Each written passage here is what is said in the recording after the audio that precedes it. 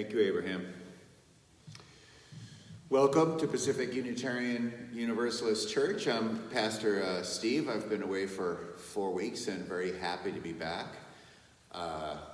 Still have a lot going on. We have a parking lot full of kids riding bikes and doing bubbles, and we're going to have a conversation about, in COVID times, what children's religious education is going to look like. We're going to have a little impromptu meeting about all of that. We have and always have a dynamic race-based conversation at 1 o'clock today. You can check into the website and see news about that. Tuesday at 11, we always have an open sort of Zoom call with me. And this coming Saturday, the board is having something of a retreat where we're going to have a broader conversation. So I'm back, and we're back in a slightly different way, although we're not gathered back together yet. That's still tentatively planned for the second Sunday in September, which is about the 15th or so, and that's our tentative start to gather back. That could be pushed back again as well. We're in interesting times here. So those are our announcements. I'd like to light our chalice. Leanne's going to light our chalice for us. We light the chalice for about an hour. It seemed an innocuous way, given that most of us step out from much deeper rituals. We light our big candle in part just to aggravate Noel, who wants to replace it with a giant LED light and or a pile of stones we drop in the water. We light our chalice to remind Mary Ann Stein that this is the hour of the week she is most likely guaranteed to be inspired and or disturbed. We light it because it's the first image of Unitarian Universalism, and Tara has been working us to get a unified image for our church to help us market ourselves with. We light the chalice because Vivian is afraid to, and we want to rub it in. We light our chalice as a reminder that this is a week to come and just be. To train yourself to be a human being, to just let yourself be a human being. So, that's that. When you enter a Unitarian Universalist congregation, there's an assumption you have to put aside that this is an institution that will help you punch a cosmic card to a better afterlife. You have to drop your assumptions that the pastor is in some way special or has access to news that you do not. We are brave enough and frankly not delusional enough to know that we know something that you don't or can't. And that's kind of special in our own way. If we're doing this thing correctly, one of the things you get is the return in dignity for having your curiosity and in your intellect honored. And we hope that you might not walk away from here necessarily with a great scripture verse on your mind, although sometimes that does happen, but with your curiosity and your wonder challenged with an idea about something. Today is about Taoism. It's one of the multiple religious ideas we touch upon. I'm going to punish you with that sermon because our children went through a year of world religious studies. We had completed in the fall most of a year of specialty speakers, and we never got to Taoism. So Taoism doesn't quite make it into the category of world religions, but it offers a lot of truths, and that will be our theme for today, a little bit of break from the political and the more social stuff to a drop back to religion. So we will begin with a hymn from Abraham and Eric.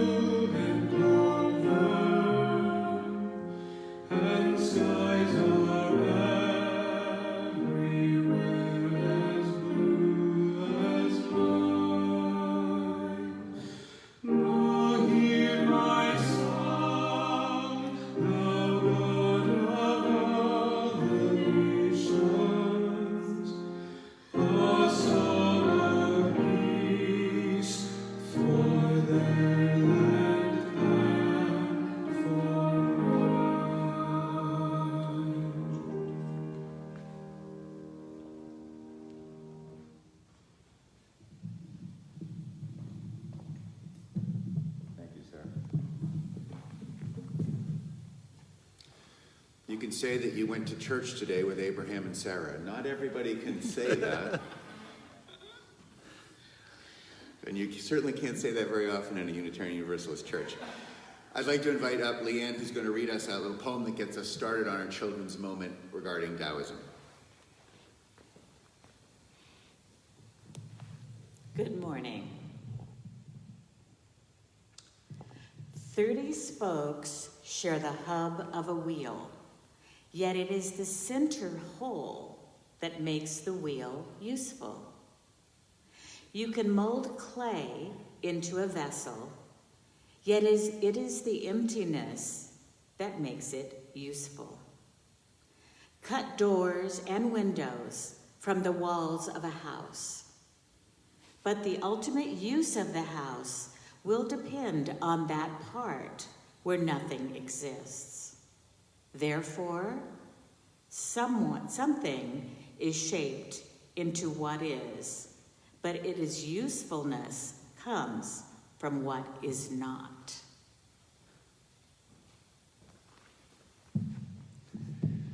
That's a difficult concept for kids, so I hope your kids are gathered around. I want to show you a few props that might help with that idea of emptiness. So, central to this idea of Taoism, which is spelled with a T, which can be very confusing, Taoism, comes from China. It's an old religion, is the idea of emptiness. And so when you think about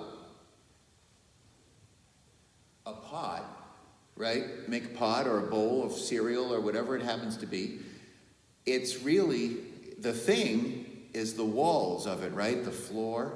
But the usefulness of it is the space that it creates in there, isn't it? That's right. So if you think about your room and your kids' room, you might have, stuffed animals, you might have a bunk bed, you might have whatever you have. But without any space, those things are not useful to use.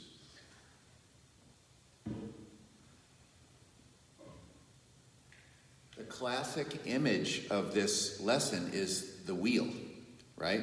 So if you look at a wheel, it spins, of course, and it rotates on the outside. A car rolls or a wagon rolls.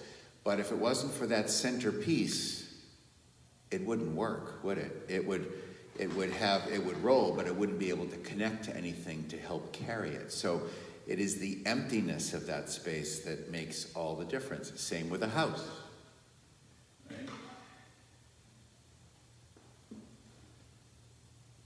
Took this prop from our preschool. If a house was just walls and it didn't have any doors, you couldn't get in or out of it. So what's the usefulness of things is often is what's not there. And in religion, we spend a lot of time talking, right? So we spend a lot of time on words. And there's lessons and morals to use. But so much of religion is the unsaid stuff, right? Invisible things that are important, like values that are words, of course, like honesty or trust. But those things are really silent things. And Taoism talks about those precious things that are silent and the space between things that makes them work. So I want you to think about that. That's, you wouldn't get into a car. The seat is really the space created for you when you get into a car. That's a little bit of what Taoism has to say. It wants to remind us that what's not there is as important as what is there. So, there we are. It's now time for joys and concerns. I hope you've lit a chalice at home if you want to. And Leanne's going to light our chalice or light our joys and concerns candles. And I want to share some sad news. One, Pam's granddaughter, Pam Harris's granddaughter, had some bad news about, many of you know this, but about tumors. She's been seeing specialists in the Midwest, and they were doing good, and then they came back with some tragic news. So we want to hold her and her family in our hearts. And Stephen Schlegel and his daughter Kelly have had sad news about a dear friend of theirs named Andy that just came to us. So let's pause for a second. You all have joys and concerns that you can't share with me and with the rest of us. Maybe you can on the chat. you're welcome to do that if you would. But let's just take a minute to think about all that lifts us up and has, holds us down at this challenging time.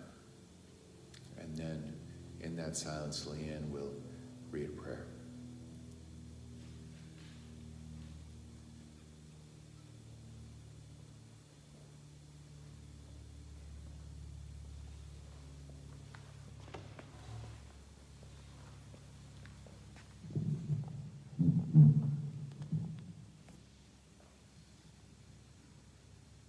The following poem by Dana Falls speaks to so much of what we just heard in Joys and Concerns, and of the spiritual wisdom that Taoism offers the world.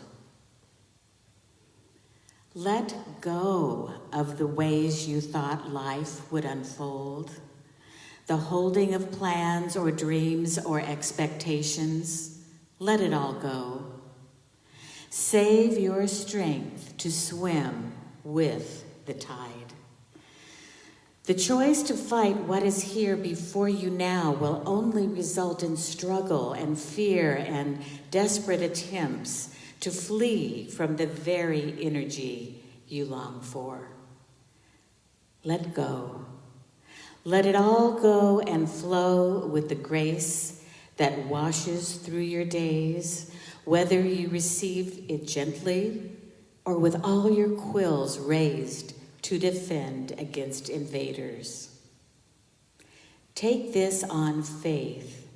The mind may never find the explanations it seeks, but you will move forward nonetheless. Let go, and the wave's crest will carry you to unknown shores, beyond your wildest dreams or destinations. Let it all go and find the place of rest and peace and certain transformation.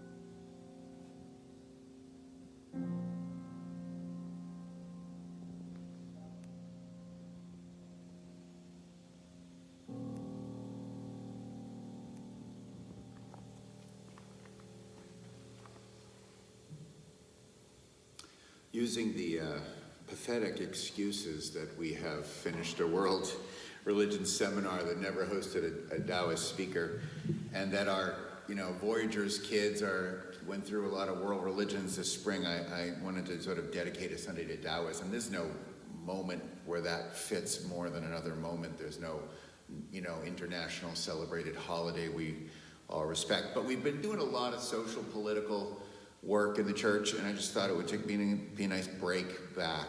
And I remember being a graduate student, about 23 years old, and studying with this Chinese scholar person, and I just remember sort of wooing over Lao Tzu and Taoism. It has this sort of freedom to it. It's the freer spirit hippie brother of Confucius in the Asian pantheon. And what 23-year-old graduate student doesn't want to show off a little of the world who doesn't know who Lao Tzu is, that you know who Lao Tzu is. So it was a short-lived romance. It was never going to work out in the long run. We quickly started drifting apart. Still, there was love between us. I suspect that with the exception of a few of you, you probably know very little about it. Maybe I'm wrong about that. I don't know. I've forgotten more than I knew. But I wanted to return to it, so I studied up on it with the excuse of writing a sermon. It doesn't have the champion cause like Richard Gere has with the Tibetan Buddhists. It doesn't have a political, angle in these modern times. Rarely, if ever in your life, will you find Taoism come up in conversation. But it still offers quite a bit. So, here's my offering to you. You don't have to care about Taoism. You could use the next 16 minutes or so to have another cup of coffee. You could check your email. You're on the computer. Who's going to know, right? So you can bow out if you like. I'm going to turn my back. So if you're not interested in an obscure Asian religion, I'm going to give you a chance to escape without feeling like I'm looking at you. Okay? Here we go.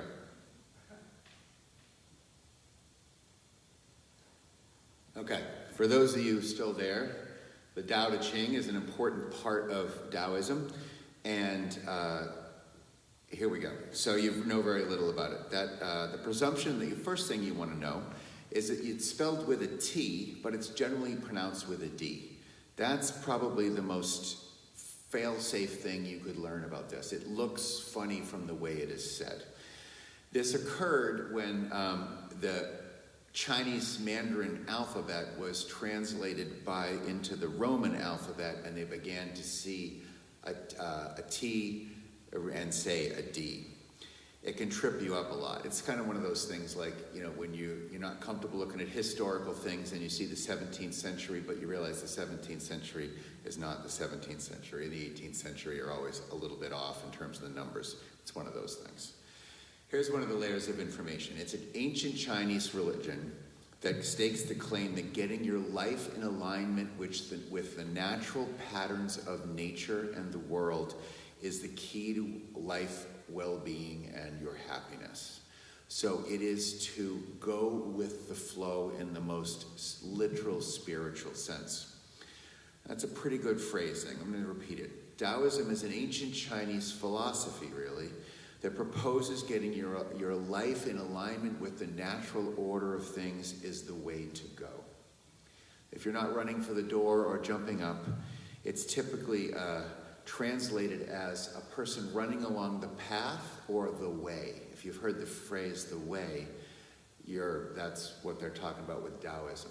So it's more a verb than a noun, right? The way would be equivalent in many ways to the way that the underlying physics of the universe is thought to be a rhythm and not a particular atom, right? At its very base, things are in motion in the universe. I don't know if the Taoists could see that in the quantum physics kind of way, but there's a parallel to that. There's a certain truth that motion and rhythm is the essence of life, right? So Joseph Campbell describes Taoism's goal as the way to make your heartbeat match that of the universe. So there's a willingness to let go in this faith and to be in your proper perspective within Taoism. I like to think of Taoism ceremoniously as a Shinto priest dressed life coach who's encouraging us to do sort of a trust fall away from your conventional thinking and to trust the laws of nature. This whole story, Taoism essentially begins in its mythic form with a man named Lao Tzu, there is no more classic Chinese sort of mystic figure than Lao Tzu, and he rides off to the edge of China with a donkey, and he is giving up. He's giving up on the idea that civilization can be saved. He's going to retreat to a hermit-style lifestyle. And at the edge of China at this time, in the 4th century BCE, not a little bit about a century earlier than Buddha, more or less. Not too far different from the time of Plato and Socrates, a very potent time in human history. It's like part of the axial age, if that's familiar to you. So he rides off. China is troubled. He's giving up. He wants to preserve the wisdom and retreat to a hermit life. At the border, he's said that he cannot take anything from China outside of China, and that means his wisdom. So he is forced by the border guard to sit down and write down his wisdom. It's been edited, of course, as every religious piece has been, but what we essentially get in those writings are the 81 poems or phrases that become the Tao Te Ching, the most classic of these things. So Lao Tzu didn't really believe that words were very good for conveying what was true and what was important. That's a consistent religious theme, that if you're engaged in the religious pursuit, you realize you're forced to use words to explain yourself. Lao Tzu was very critical of the idea that words capture the depth of it in any way. And I think that's sort of a general truth. We talk about that here a lot. It's really just 81 poems. It's about 5,000 words, or the Chinese characters when it's in its original form. Taoism has this idea of the dynamic, right?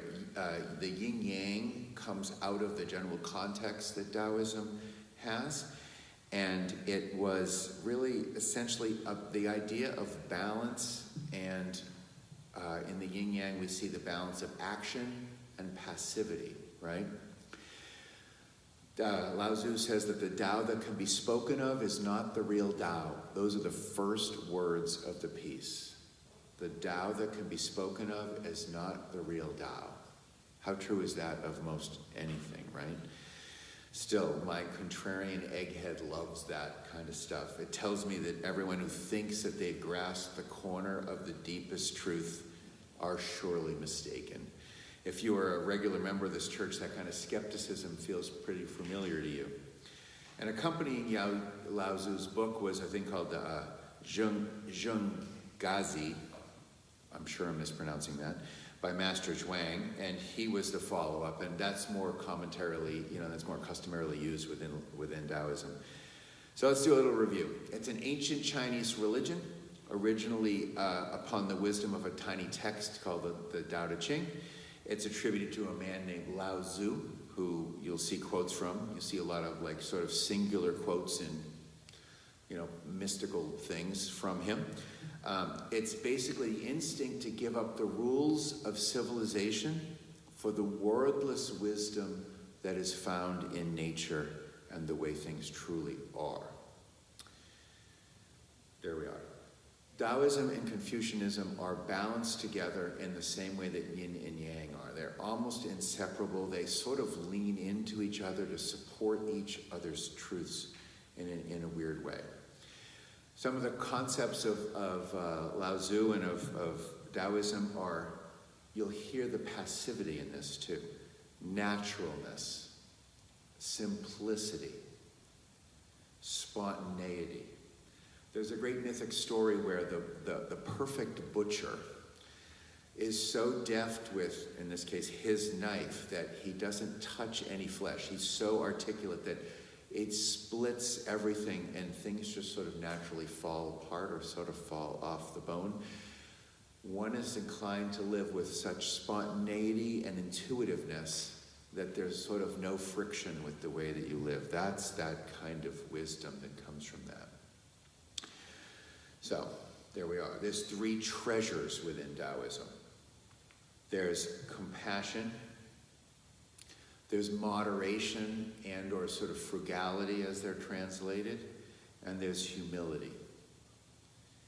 Do you feel that discipline of sort of a passivity of a non-aggression that's there? Water is the symbol for Taoists that they sort of never seem to stop talking about water, right? Your goal in life, you could do worse than to go sit by the river and just simply absorb its wisdom of its transience and the smooth way that water wears away hard things. What's hard and strong, what's rigid, is essentially to be resisted in Taoism. and being peaceful, like water is, and placid and persistent in the way that water moves and carves. I obviously have a thing for consonants, but Taoists obviously have a thing for the power of water. And that's an excellent transition back to the yin-yang symbol, right? It's the combination of passivity with a core of power in it, or energy with a core of passivity inside of it. The genders are seen in this. The seasons are seen to be balanced by this. Life in ancient Chinese times was a balance of these two energies, and Taoism picked up the idea of the Tao was always there in Chinese philosophy. The Taoists picked it up and made it the most substantial thing as the lesson as to what one follows. What does one do to be a Taoist is sort of funny. It has a very simplicity to its goals, but its expressions are manifold. If you asked yourself, how do I practice this religion? I would say, good question, Grasshopper. That is infinitely expressed in a number of ways, from astrology to rites to tarot cards to all different kinds of shamanic activity fall into this very simple understanding. It's expressed in multiple ways that are too difficult to describe. So shamanism is connected to Taoism. All of the ancient sort of Chinese things come together in that particular kind of way. But one thing that people have to come to understand about Chinese philosophy different than the West is that they have melded and merged in a way that Christianity, Judaism, and Islam sort of stand in complementary contrast to one another. The main Chinese faith of Buddhism, Confucianism, and Taoism, combined with ancient ancestor worship, and are all sort of melded together in a melting pot. Enough so that when people describe themselves in China and sort of on a survey of where they are, it's those three are sort of bled together in a way. So Taoism is a good phrase. Taoism is a blurry watercolor of Chinese culture, superstition, and philosophy. It has under its broad umbrella magic. It has medicinal arts to extend longevity. It has almost like that sort of Wiccan, right, witchcraft kind of like herbs and expressions and rituals. Its simplicity is held in contrast to that,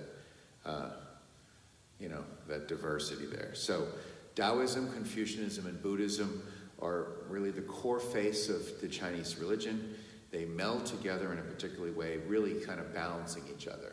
Confucius and Lao Tzu is about 50 years older than Confucius, and Confucianism and Taoism were designed to respond to the same problem. There was cultural chaos, there was an unpacking of an old way, and Lao Tzu taught us to retreat and to be natural, and Confucius built up new rights and new roles in which to live under. Both sort of beautiful. I think of Confucianism as being a well-ordered family and a well-ordered sort of society. Taoism is a babbling brook. It's kind of the way that Gabby and I work pretty well in the office together. I'm more Taoist, she's a little more Confucian. It creates a pretty good balance. Confucianism believed that society in large had to impose patterns of behavior on people. There's a slight concept of original sin within Confucianism, and Taoism felt like it was society that corrupted the individual. Classic themes within humanity, right? We're always a little bit of a balance of all of those things. So for over 2,500 years, Taoism has been mostly popular and accepted. At times the emperors wanted to link themselves to the legacy of Lao Tzu and other leaders that followed. At times it's sort of been ignored. It sort of has moved pretty freely. Let's see. I'm going to challenge my culturally predisposed concept, and I want you to do the same thing, to think of the idea of rhythm and the way as being the natural order of things. in Taoism is a contrast to God being the fundamental end of things in the Western tradition. Remind yourself as you think about Taoism that words disappoint us as tools for theology. Life behind the universe and the ways of the universe are always more important. Society is a bit of an absurd construct to Taoists. And there's almost a comedy and to the challenge of how Taoism gets expressed in its chaotic ways as opposed to the way it is. So, we've done this building your own theology. I want you to stop for a minute and just think about the path of nature, a path of non-resistance for you. Hold that idea of where the wisdom of Taoism can come for you in the way that you live your life, a way of letting things be, a way of not fighting the tide, a way of honoring your inner instincts in relationship to the roles and constructs put upon you. And I think we absorb some of the wisdom of Taoism. I hope that's helpful. It would be helpful for the church if people made donations. At a time of the collection, we said how little that can be really said about the Tao. We learned that the Tao has no expectations. We learned that the Tao demands nothing of others. The Tao does not express itself best in words. The Tao does not blame. The Tao does not take sides. But the Tao cannot run a church without some donations. So, give generously for the life and work of our church. And now, the musings of Abraham.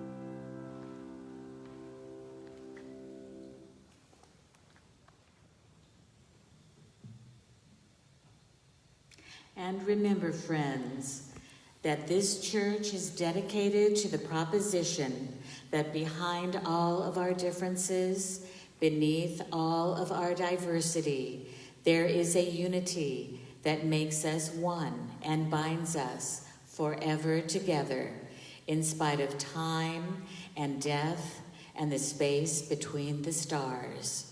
We pause in silent witness to that unity.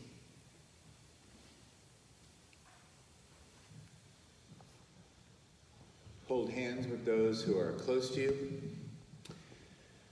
May the blessing of love be upon you. May love's peace abide with you. May love's presence illuminate your hearts now and forevermore. So be it. Amen. Shalom. Salam. Namaste. Blessed be.